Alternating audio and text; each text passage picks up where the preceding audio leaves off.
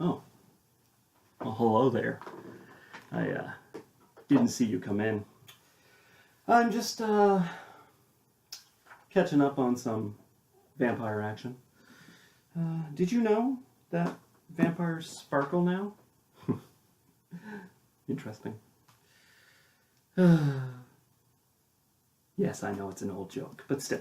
Anyways, the reason why I'm trying to get into some vampire action is because I want to review the latest from all of film's Blu-ray release. Well, I say latest, but actually it came out a little while ago, but I'm kind of behind on some review copies. But yes, it is The Vampire's Ghost. I don't know if you can see that. Also subtitled Slave of the Bloodlust. Ooh. Released in 1945. Black and white.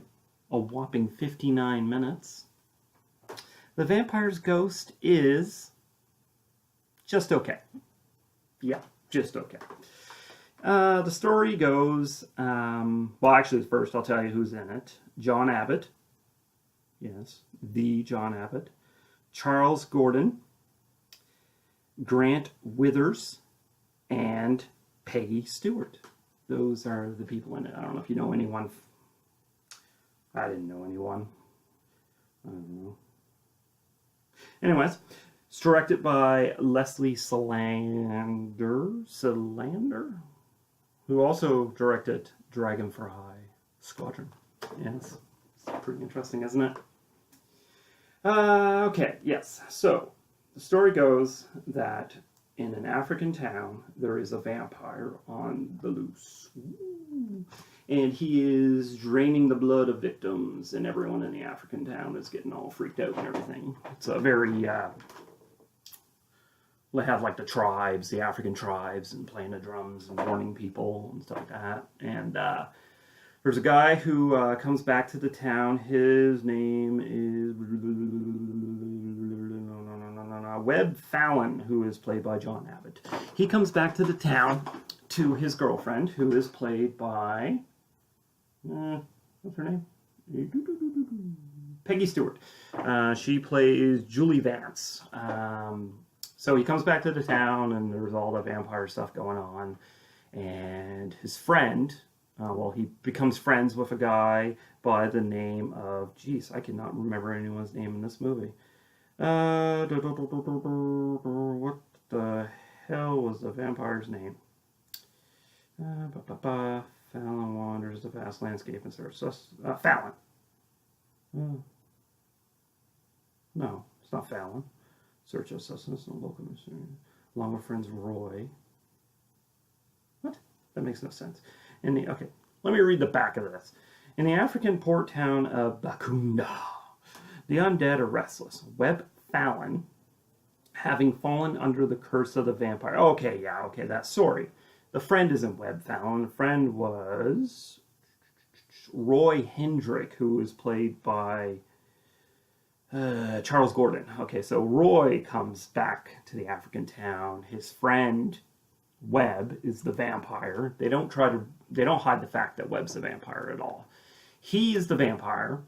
He runs a bar and he plays cards and stuff like that. And yeah, okay, so that's it. So Roy and Webb, they go out on an African safari. Webb gets shot by something. I don't know.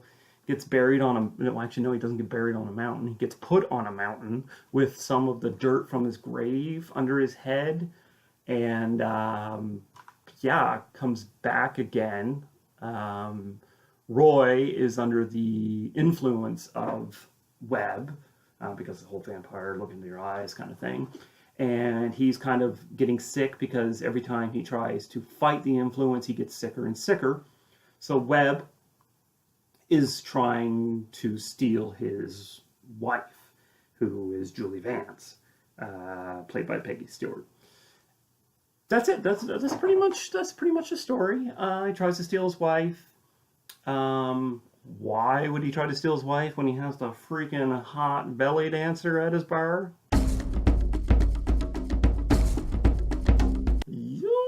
Boy, daddy like. Anyways, yeah, so that's about it. You know, there was some cool stuff with, you know, the vampire history and stuff. Like, the vampire's able to go out in the sun, but he doesn't sparkle. No, but he finds it very harsh, and he has to wear glasses and stuff like that.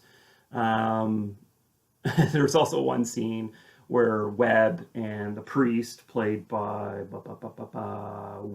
Grant Withers, Father Gilchrist, they're all sitting around, and Julie's sitting there, and they're like, "Oh yeah, they say it's a vampire killing the people." And all of a sudden, out of the blue, the girl Julie is like, "Vampires, the people who have turned down Christ at the doors of heaven." And it was like so heavy exposition. It's hilarious. It just comes out of the blue.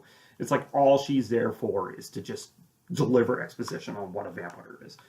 Of course, this is a 40s movie, so she obviously is a damsel in distress and doesn't really do anything else but scream. So yeah, that's about it. The ending kind of comes around really quick. I mean, it is only a 59-minute movie. It's under an hour. I don't even think you can call that a feature length nowadays. It's under an hour, and just all of a sudden, boom, the movie ends. Like, super quick. You know how they are. They do the whole, like, there's no long delivery of the vampire going on about his master plan. It just all of a sudden ends. Boom, credits roll, freeze frame. Yeah. I don't know. I mean, for being 59 minutes, it still feels really long, which, like, that's not a good sign for a movie. There's also no gore in this film. There's, like, a gunshot, but there's no blood, nothing like that. There's the aforementioned belly dancer,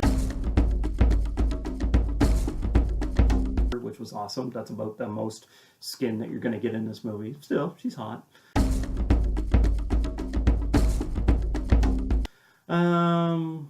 Yeah, as for the Blu-ray, Olive Films Blu-ray, no special features, nothing. I think that's the norm for most Olive Films releases. They don't really do too many special features. The transfer is not bad. I mean, it is quite an old film, and, you know, it's not bad. I didn't mind it. Like, there wasn't really anything, like, super bad. There was no, like, dirt and debris and scratches and frame jitters or anything like that. It is full frame. It's a full frame release. Like I said, it's black and white. And you do have optional English subtitles. Woo! But that's it. Yeah. There's no slip. There's like there's no slip, obviously, and there's no reverse cover art, and there's a little card from Olive Films showing their other releases, and that's it. And then you get the disc. Yep. So, I don't know. Vampires Ghosts might be worth a watch, but I mean, unless you've seen the movie before and really enjoyed it, I don't really see the point in owning it. But I mean, if you do like it, obviously get it on the Blu-ray from Olive Films. I mean, it has a good transfer. So yeah, I'd give it on my pointless scale system. I would give it a. I think the movie I would give a 6.5, maybe a 7. Well, 7's kind of shooting for the stars here. And the Blu-ray is like a 6.5 as well. I'll give it just an overall 6.5. I think. I mean, it's honestly, if you're a fan, buy. If you're not a fan, you know, if you're really interested, go ahead. I mean, probably fairly expensive to buy. Especially if you live in Canada, because everything's expensive. So yeah, that's it. That is my release. So yeah, I'm gonna go back to reading. Thank you very much.